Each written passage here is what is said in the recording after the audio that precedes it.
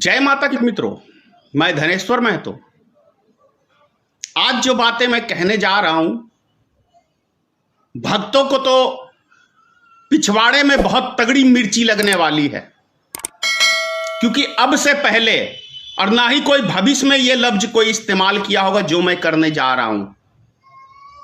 श्री नरेंद्र मोदी के संबंध में क्या ऐसा नहीं लगता कि मानसिक तौर पे नरेंद्र मोदी यहां से सनकी है या बीमार है? और ऐसा मैं क्यों कह रहा हूं उसका भी उदाहरण दे रहा हूं आपको मैं। ये वही प्रधानमंत्री है जो 2020 के अंदर सिर्फ 500 पूरे देश में कोरोना के मरीज थे या नहीं थे, या इनकी साजिश कहूं या कुछ भी समझ लीजिए आप। सिर्फ 500 मरीज के ऊपर पूरे देश को लॉकडाउन कर दिया था 3 महीनों के लिए। इसको क्या कहेंगे? सनकी कहेंगे ना। याद है आपको?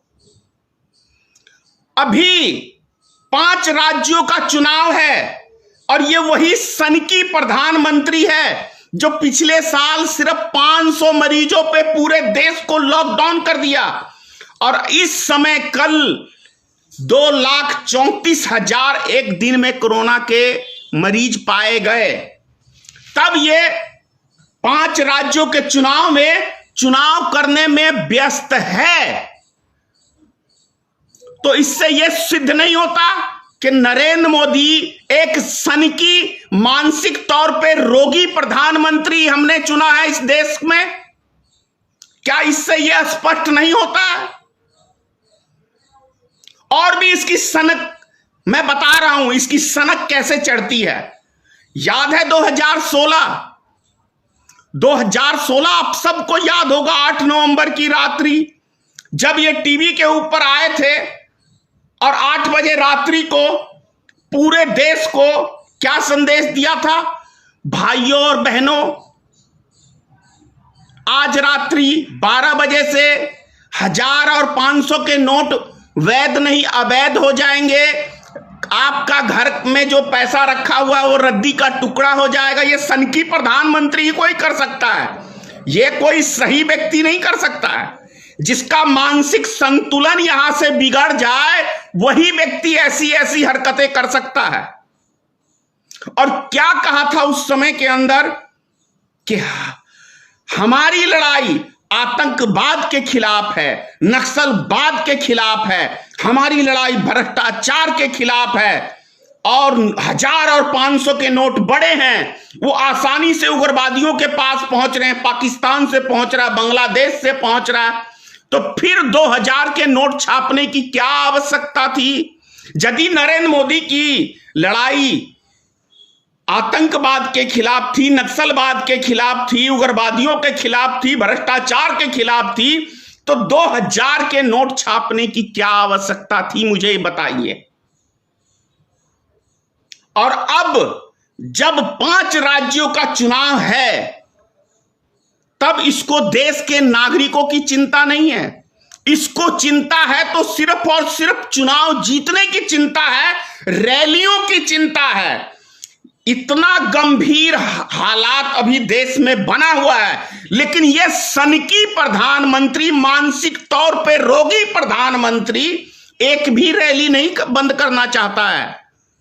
तो इसीलिए मैं कह रहा हूं कि यह सनकी प्रधानमंत्री है, मानसिक तौर से बीमार है, इसको इलाज की बहुत सख्त जरूरत है। और यह प्रधानमंत्री की योग्यता नहीं है इसके पास, 1% का भी। क्यों नहीं है इसके पास योग्यता? क्योंकि इसको देश के नागरिकों की चिंता नहीं है, देशवासियों की चिंता नहीं है, देश के हालात की चिंता नहीं है। इसको चिंता है तो सिर्फ और सिर्फ चुनाव प्रचार करने के लिए और रैली करने के लिए इसको सबसे ज्यादा चिंता है। इसलिए इतना गंभीर आरोप लगा रहा हूं। और अभी तक जो मैं इसका रोल देख रहा हूं देश के प्रति, तो इसके मानसिकता सही नहीं है, ये मानसिक तौर पे रोगी है। उसका भी उदाहरण है 2002 में गुजरात दंगे इसी ने कराए थे, इसी प्रधानमंत्री के शासन काल में हुआ था और महीनों भर तक यह तमाशा देखता रहा था। और आज भी ये मानसिक तौर से रोगी प्रधानमंत्री है, क्योंकि ये हिंदू मुसलमान की बात करता है, चुनाव में जाके अपने ही देश के अंदर नफरत पैदा करने का काम करता है ये प्रधानमंत्री।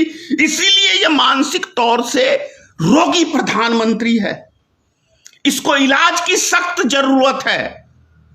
और ऐसे व्यक्ति को एक सेकंड के लिए प्रधानमंत्री की कुर्सी पे बने रहने का कोई अधिकार नहीं है। मैं मांग करता हूं, इस देश के महामहिम राष्ट्रपति जी से हाथ जोड़ के मांग करता हूं कि इसको प्रधानमंत्री की गद्दी से आप तुरंत बर्खास्त करें। इसको प्रधानमंत्री की योग्यता इसके पास नहीं है।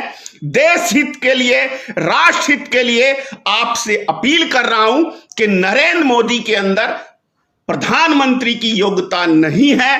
आपसे हाथ जोड़ के पूरे देश के नागरिक से भी प्रार्थना कर रहा हूं कि इस मानसिक रोगी व्यक्ति की भाषाओं पे मत जाइए, क्योंकि इसने देश का पूरा बेड़ा गर्क करके छोड़ दिया है। ये देश का सत्यानाश कर दिया है इसने। आज देश का एक एक नागरिक हो, एक एक गरीब मजदूर हो, एक एक व्यापारी हो, कोई भी इसके शासन काल में सुखी नहीं है। जय हिंद, जय भारतीय मित्र पार्टी।